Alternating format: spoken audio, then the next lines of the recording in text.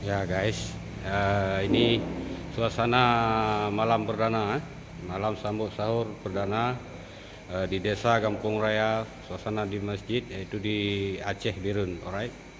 Ini rekan-rekan adinda kita yang sangat ganteng, yang barusan mengaji.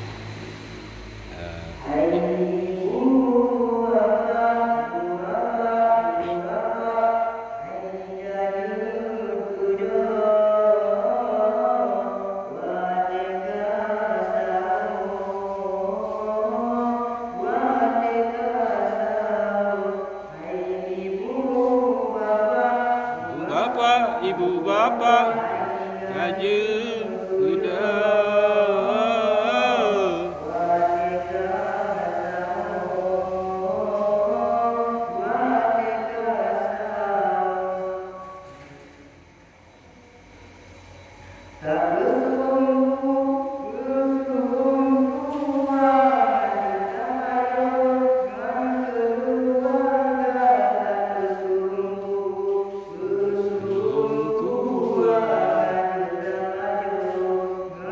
keluarga.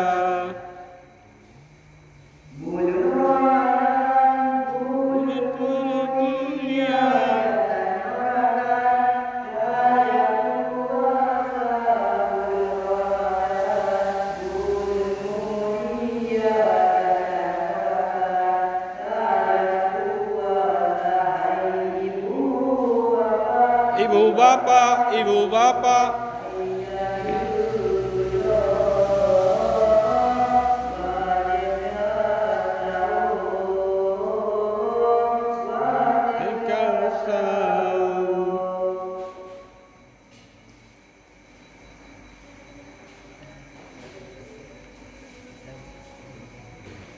Nah, inilah suasana di masjid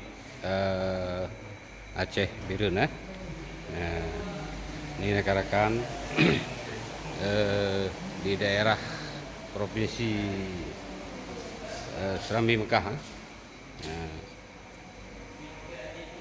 oke. Mohon subscribe atau like serta share. Baik, terima kasih. Semoga kawan-kawan ataupun saudara-saudara yang berada di luar sana sehat walafiat dalam suasana bulan suci Ramadan. Alright, terima kasih. Wabillahi taufiq wal hidayah. Wassalamualaikum warahmatullahi wabarakatuh.